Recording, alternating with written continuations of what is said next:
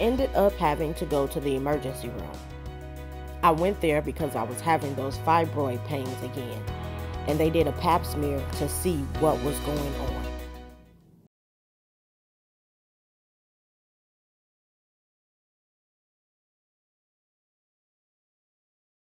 Hi, welcome to Underneath the Hats, the web series. My name is Sherri Simmons, and our topic for today will be infertility. So, our first guest is Denise Stewart, and as you can see on the table, we will be discussing infertility and the effects that it has on women. So, welcome Denise. Thanks for coming. Thank you for having me. So first, tell us about your journey through infertility and some of the things that you've learned and the effects that it's had on your life. Well, infertility is a great impact on my life. I suffered from infertility for over 6 years. My husband and I started to have kids, wanted to have kids, and we discovered that the only way to have kids was infertility. I had suffered from endometriosis. Endometriosis is a disease that most women do not encounter, but a small percentage does. And the only way to get pregnant is through IVF, which in my early days of a young teen, being on birth control pills and things of that nature played a role with my infertility, and with the endometriosis, it played a role as well. Mm-hmm. We decided to do IVF, mm-hmm. and it was a challenging experience. It was very stressful. It was very time consuming, mm-hmm. And it was, it could be depressing. Mm-hmm. At the time, I didn't have anyone to go through it with me. I only had my husband, God, and my mom. Mm-hmm. She was my prayer warrior, and my husband was just my coach to keep me motivated. Okay. I did 3 cycles of IVF, mm-hmm. Due to the infertility, and they were successful. Mm-hmm. But I encountered 3 miscarriages mm-hmm. in the process of those 4 cycles. I did 2 fresh, mm-hmm. and 2 frozen. Okay. A lot of people ask what's the difference between a fresh and a frozen. Is the fresh is when they originally take all of your eggs and they fertilize them. Mm-hmm. And the frozen is when they take the eggs that they fertilize from the bank and then implant them in you. Okay. So I tried both ways. I was just determined not to give up, mm-hmm. and determined to have kids. Right. So my first cycle, of course, was the fresh. And at the fresh, we fertilized 25 eggs. Wow. Yes. In the process of the 25 eggs, we got some good grades mm-hmm. with the eggs. You had some grade A and grade B, which is 5 and 4s. Okay. So you want to put back your higher grades so that your chances be greater mm-hmm. that they were implant. Okay. So we did that. The first time I got pregnant with triplets. Mm. I put back 3 eggs. Mm-hmm. Always. I said, the more I put back, better my chances will be, yeah. So we put back 3, and I got pregnant with triplets. Well, almost turning into my 12th week, mm-hmm. where they were going to release me. The specialist was going to release me to my gynecologist. I had a miscarriage. I went to get released, and they didn't hear a heartbeat mm-hmm. on any of the babies. So I had a miscarriage at 12 weeks, and then we tried again. So I did a frozen. Okay. I did a frozen. And that procedure with the frozen was less medication that mm-hmm. I had to encounter. And I did get pregnant. I got pregnant with 1 child. Mm-hmm. And that baby lasted I was like 6 weeks pregnant. Okay. And I had a miscarriage. So each time that I went through the cycle, I will always get on the internet and I will find different ways and different things that I can do mm-hmm. to make my chances better and greater. And every chance was different when it came down to the eating fresh pineapples, mm-hmm. to taking magnesium, vitamins, going from a progesterone cream to a vaginal, to progesterone injections, mm-hmm. which was very good because I found out doing the injections, it goes straight to the bloodline, and you want that. So the third time we went back to a fresh. And I was like, okay, I'll swap it up. But at the same time going through it, I was getting very discouraged. And I was getting a little depressed. I got to the point where I didn't want to go to any more baby showers, no more birthday parties. I didn't want anybody to say baby around me. I was just to the point, and I wasn't trying to bring everyone else down with me, but that was what I struggled with. And I was my own coach. I have always been the one that will encourage myself, but I needed help too. I was struggling and going through. So I had a talk with the Lord. And I asked him, it was November 11th, 2012. I told the Lord I only wanted one thing for my birthday. I went in for my treatment on November 11th on a Sunday. And I said, God, if you just give me one gift, you don't have to give me anything else. He gave me the great husband. And I just needed my family. I needed children. And it was successful. My fourth try, I got pregnant on a frozen.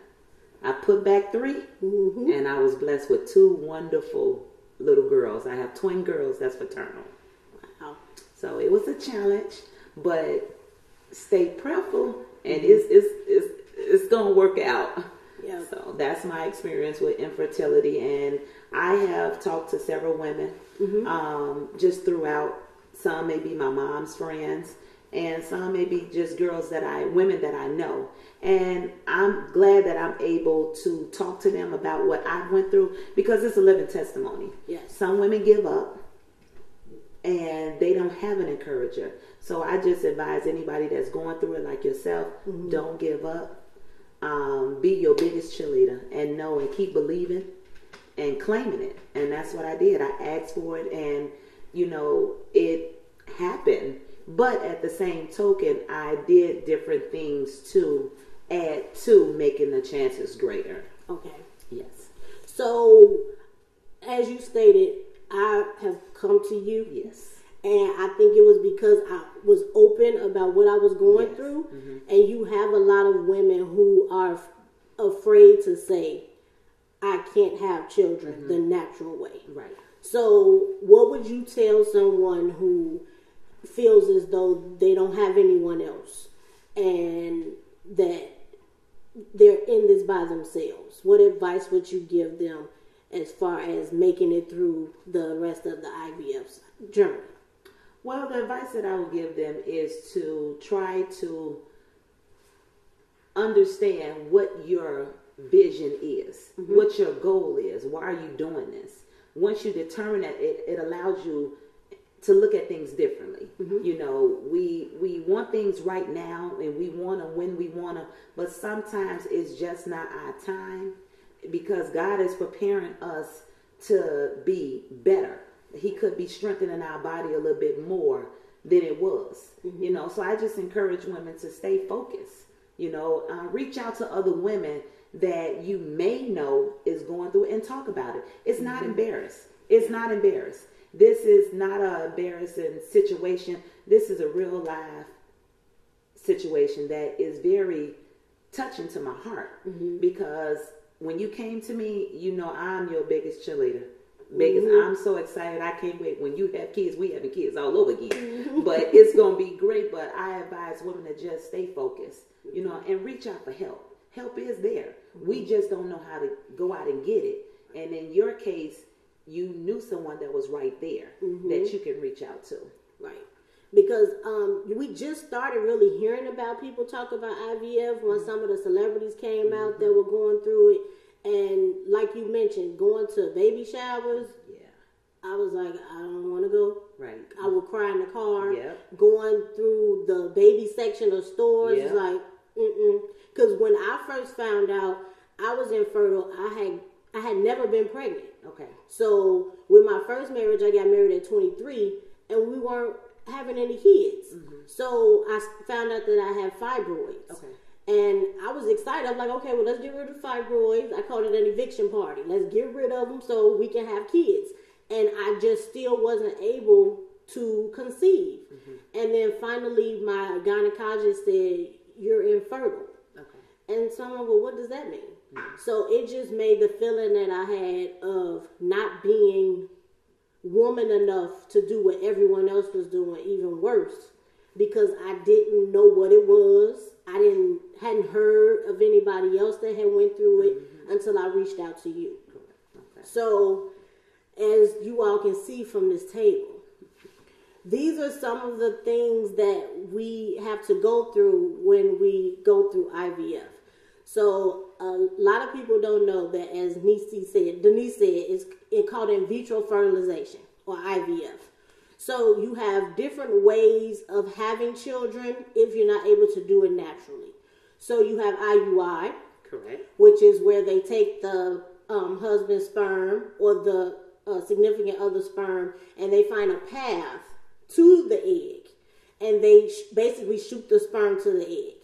And then you have surrogate, which we've been hearing a lot about with Kanye and Kim. So that's when you find someone to carry your egg and your husband's sperm. And they're able to basically house the baby, carry the baby for you, and then the baby is biologically yours. And then you also have something that my doctor keeps pushing, are donor eggs, where you take someone else's egg, put it with your significant other's sperm, and you can carry it. That one was a little touchy for me because I felt like I was carrying my stepchild. Okay. And I'm not about to do that. So, and then you also have donor sperm, where someone can donate sperm if your significant other isn't able to produce as needed, and put it with your egg, and then you carry the baby. So there are several different avenues, but with me, it was the IVF. I originally started out needing IUI, but because one of my fallopian tubes is blocked, and then I have multiple fibroids, and plus my uterus is double the size, so I look like I'm 5 or 6 months pregnant because my uterus is stretched. And because of all of the myomectomies I've had, which is fibroid removal surgeries, it's like gum. They call it scar tissue.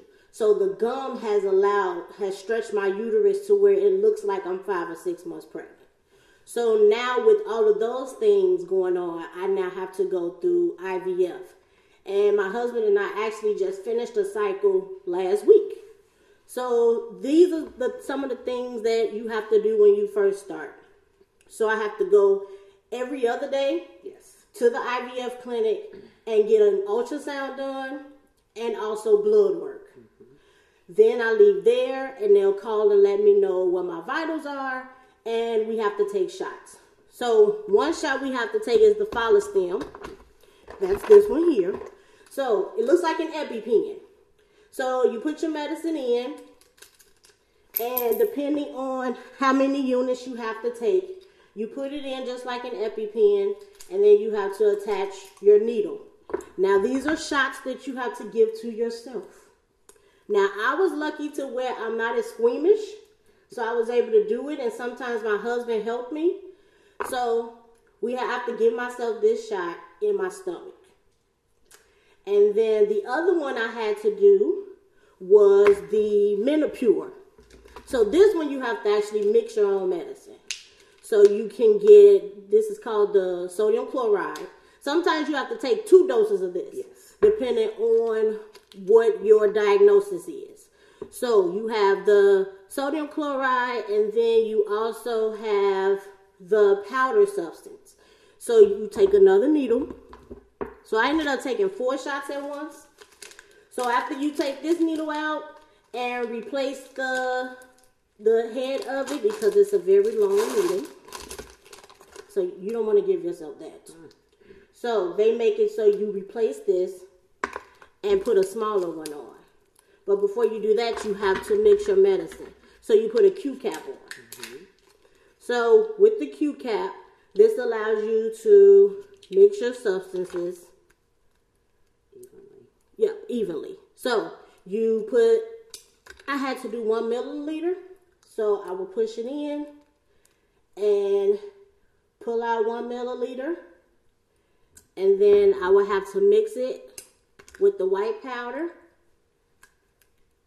which turns it clear. and then inject that back into the needle. And then I had to replace the head with a smaller needle. And then I had to give myself that shot. And as we get closer, every other day I ended up going back to the IVF clinic, doing more vitals, giving more blood, doing more ultrasounds. And then eventually they told me to take a trigger shot. So this is the trigger shot, the Garanelix. Lord. So the Garanelix is another needle that you have to take in your stomach to prepare your eggs to drop. Right. After your egg drop within 36 to 72 hours, then you have to go and have a procedure which is called the egg retrieval, which is what my husband and I did this past Tuesday. Now, going in and out to the different ultrasounds, because I'm premenopausal, I'm 36 and premenopausal, which means I'm closer to having going through menopause than someone else my age. So I already have that working towards me, plus I'm infertile, and I have to go through IVF. So you said you had 25 eggs. I did. I only had 8. So when it was time for the eggs to drop, they couldn't get to my eggs. So Tuesday I go in, I'm under anesthesia, my husband's in the waiting room, and I come out and they couldn't get any eggs because they found another fibroid and it was pressing against my uterus. And because of that, they weren't able to get to my ovaries. So the 8 eggs that I had taken all these shots for every day, gone and gotten blood drawn, they couldn't get to them. So it was no chance of me conceiving a baby. So now we have to have a consultation with my doctor my specialist at the IVF clinic to see what's next. And it's a chance that I might not be able to carry my own child, that I might have to get a surrogate or use donor eggs because they're not able to get to mine. So it's very rough on a woman. And I know so many people, they ask, well, when you having a baby? When's the baby coming? What's taking you so long? And those questions can have an effect on women, especially when they're not able and open to share what's going on with them. So to all of you out there who have questions, and you can tell from the looks on our faces that we don't really know what to say or how to ask, it's probably because we're going through things that we just don't want to share. And so hopefully with this web series, this episode, you all are able to step inside our world and see some of the things that we have to deal with just to do things that most women are able to do naturally. So I want to thank you and for sharing your story and being open. Congratulations on your girls. Thank you. And before we go, I want to ask you one question. Yes. What would you say to your daughters about your journey of how they got here? Well, if they ask, or even if they don't ask, but knowing my kids, they probably will ask. I would let them know that you're not less of a woman the way you have to have kids. The blessed part about it is they have specialists out here that can help you through the journey. I will let them know what mommy had to go through just for them to get here. Yeah. And I will also let them, because I don't know if they will encounter it. But I would encourage them, if they had to go through what mommy had to go through, again, don't give up. Stay focused. Stay on the drive. Stay on the run that you're trying to go to, and just know that it's gonna be okay. Don't feel less than a woman. Most women get caught up in that, and they start taking it personal. Oh, I'm less of a woman because I couldn't have kids naturally. No, you're not. You're not. Just unfortunately, we as women, we encounter so many medical issues that men don't have to encounter. So with that being said, we go through so much, and this is the outcome that we have to suffer from. Right. So I would just let them know that mommy went through a trying time to bring them into this world. Mm-hmm. I'm very happy that I didn't give up. I'm very happy that I chose to put my thoughts and my feelings to the side and go this route. Because if I didn't, I wouldn't have my babies today. Mm-hmm. You know, it's not easy. It's a journey, and it worked out for the good. So I would just encourage them to just seek help, seek guidance. If I'm not around when my kids have kids, because I was close to 40 having them, and they are 5 years old now. So I would just encourage them to seek some counseling, because there is counseling and women group centers out here that can help women in situations like this. Again, thank you so much. Thank you for having me. And to those of you ladies that are going through this, please know that you are not alone. And to reach out to someone that can assist you and help you so that you can finally be that mommy that you're craving to be. So now with us we have Miranda Chanel, a licensed social worker, and we have my husband, Vincent Simmons. So he's here to give a male perspective of the effects of infertility and IVF. So Vince, having gone through what we've been through this week, what has been the most impactful thing that's happened? Frustration. In and out. And to get the bad news. Now, for those that don't know, you already have a daughter. So I have a stepdaughter that's 11. How does it feel as a man who has had a daughter naturally to now be in a relationship where you have to go through shots and doctor's visits and different surgeries? Actually, it's scary to go through it when you've never been through it. So what would you tell a guy who's with their significant other that's going through this? How can they support their wife or girlfriend? Just be there. Pray about it. Be there. So, Miranda, what are some things that men can do as a way to support their significant other through something as trying as infertility and the IVF cycle? Well, one thing that has to happen is that your communication has to be open.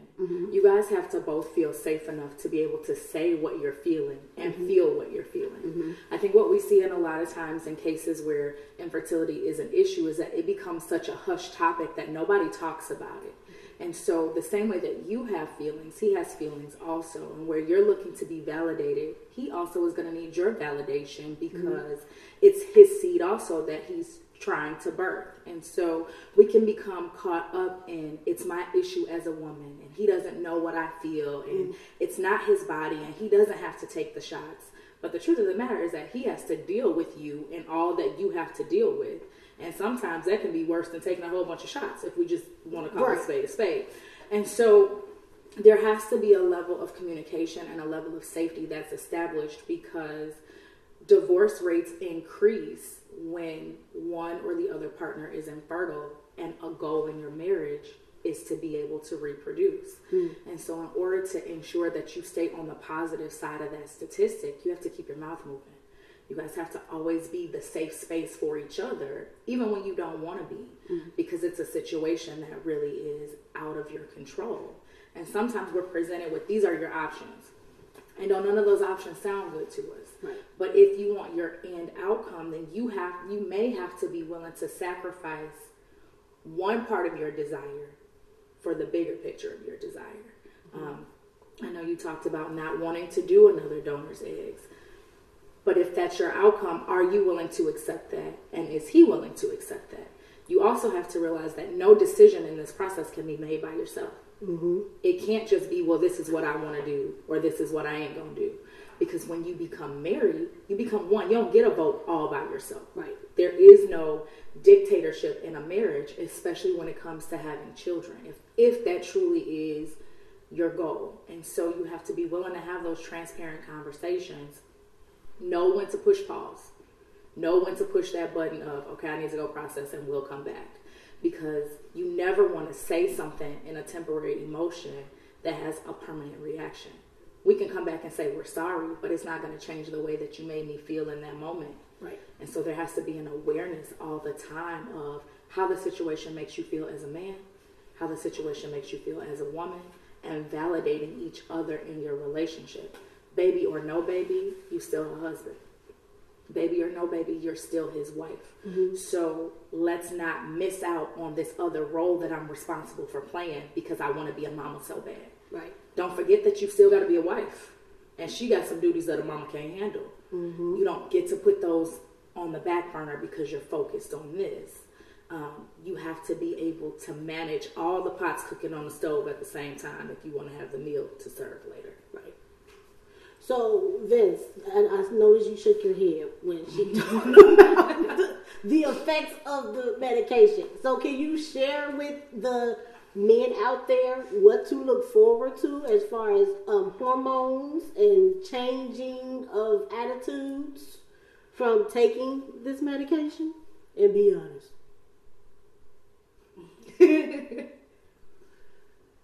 If you can't deal with the attitude, don't do it. Because it's a 360 turn. Once that first needle go in, her whole mentality is gone. You have to be able to deal. You have to be able to deal with it from point A all the way to Z. Because there's no hold bar. There's no turning back once she starts. And communication is a must.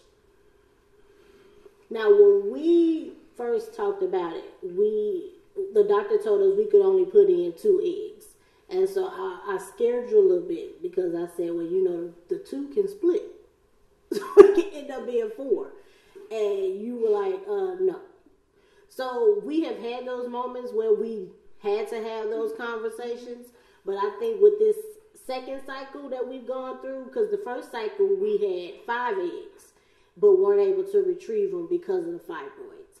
Then I had a myomectomy, which removed the fibroids, and then we started this second cycle last week, and again, more fibroids. So I've noticed that you went from being okay with just 2 eggs to now whatever God says. So are you still in that same mind frame? I started from day one. Let's go ahead and get it over with. Okay. Now let's tell the men what they have to expect. Because it's like Miranda says, not just the women. So when I rolled into the room for the egg retrieval, there is something that the man is expected to do. Do you want to share with them what you all have to do? Well, actually, you had to get them a sample of your semen. And hope for the best. So they put you in a room. Now this was funny. They put you in a room. Now the first time you did it, they put you in a room, and what happened?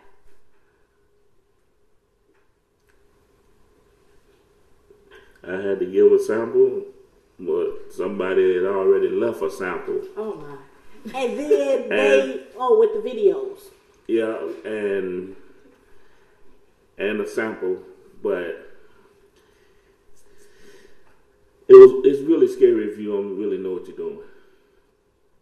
You just have to swallow your pride and, hey, me and my wife doing this, swallow it, get it over with. So, Miranda, what things as a woman should we do to make sure that we are prepared for this step and also accepting of the other person and what their needs are? There are a couple things. So, number one, understanding that it isn't just your journey. Mm-hmm. Again, and we kind of talked about ensuring that he's got a voice, that he's present every step of the way. And if there are some yielding signs, accept that, because it isn't just your life. It isn't just your story. The other part is figuring out where your support outside of your marriage comes from, mm-hmm. because that is a lot to expect him to carry all by himself. Like, I commend men who can stand next to a woman that is going through this process. But we also have to keep in mind that sometimes it's not the woman who's infertile. Sometimes it's her partner. And so she then has to still go through the process because he isn't necessarily working the way that he may need to be working to make that process smoothly. Right. So you guys don't seem to have had that concern by you already having a daughter, but that is one of the tests that a lot of people go through. So there's been some more of an awareness that's being brought to media. We saw it in Being Mary Jane. We see it now in This Is Us. There's more conversation around it. But statistics show that there are 6% of American women that are struggling with infertility, but that statistic increases to 10% in Black women. So being aware of who you are and just what your culture puts upon you. What are you doing? Are you eating right? Are you stressed out? What are the other factors that play a part in making your uterus hostile or open? Because sometimes we set ourselves up to fail because we don't really want to look at the fact that this process could be smoother if I was smaller, if I was eating better, if I was less stressed out, if I had a more conducive home environment. All of those things actually do really play a part in the way that our bodies work. And because women are so hormonal, all of us, we need to be conscious of what we're giving out. So where else is our support coming from? Do I have friends that have been through this? Is this a story I want to share with my friends? Maybe this isn't a part that I can share with them. No matter how close they are, I'm really not ready to read that chapter out loud to them. So can I find somebody else? Can I find a support group? Can I go to therapy? I'm going to say it one more time. Please. Can I go to therapy? There is such a stigma on what happens in our house stays in our house. Yep. And so when you become broken in your house, there's nobody in your house that can fix you. He can't fix you. You can't put that responsibility on his shoulders. He was created to be your provider, your protector, to profess his love for you, but he was not created to heal you. He can heal some of your brokenness, but he can't heal this because he didn't break it, and no man did. And so we have to be aware of the expectations that we put on our partners. She can't fix this on her own. And so her frustration may come out on you, and you ain't do it. So do you have tough enough skin to know that ain't even her, and this ain't even towards me? Her anger really isn't with me. Can I forgive her before she commits the sin? Can I give her this blanketed get out of jail free card in this situation? Do I know when to discuss it? Do I know when to pull back? Do I know when to press the button? And you guys have talked a lot about what's God allowed or what's God ordained. Understanding, like, is this what God's plan is for my life? Is it for me not to conceive? Because I don't have to carry a seed to be a mother. And getting over that hurdle of knowing that I didn't birth this child, but she's mine. Because there are many of us who were raised by parents who didn't birth us. And that is the ultimate sacrifice. To be able to raise something that you didn't create is a calling that not many people can walk into. So is that a conversation that you need to have? In dealing with infertility, you have to understand that it's not a process that can be rushed. There's no expiration date on it. And that it doesn't change who you are. It doesn't change your title. It doesn't change what you're called to be. If you're created to be an excellent mother, you're going to be an excellent mother, whether your children are biological or spiritual, whether they're adopted or birthed, whether you had to fight for them or you had to steal them. Because that is what you were created to do. So the question is, how do I show up as a mother contrary to how the package is delivered? Can I accept the gift if it comes wrapped in a different box? Being a parent is being selfless. Can I remove myself out of being a parent to get to the end goal that I want to get to? Can I sacrifice that much of me so that the chapter now changes? There's always a plot twist in the story. Our problem is that we think we're supposed to author it. And maybe you're not. Maybe you're not. Not to say that all of this is in vain, because it never is. Because the truth of the matter is that even in your transparency, you're helping somebody understand that they're not in this journey by themselves. Right. But the question that you have to ask yourself is, what if the plot completely twists? Am I okay with the plot twist? And you have to know that you are. You got to know that in spite of how I get to the finish line, I got there.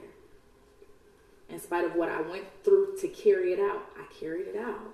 And be okay with that for you, not for him. Because that's been the hardest part, being a teacher and working with kids where I see the parents don't seem to care.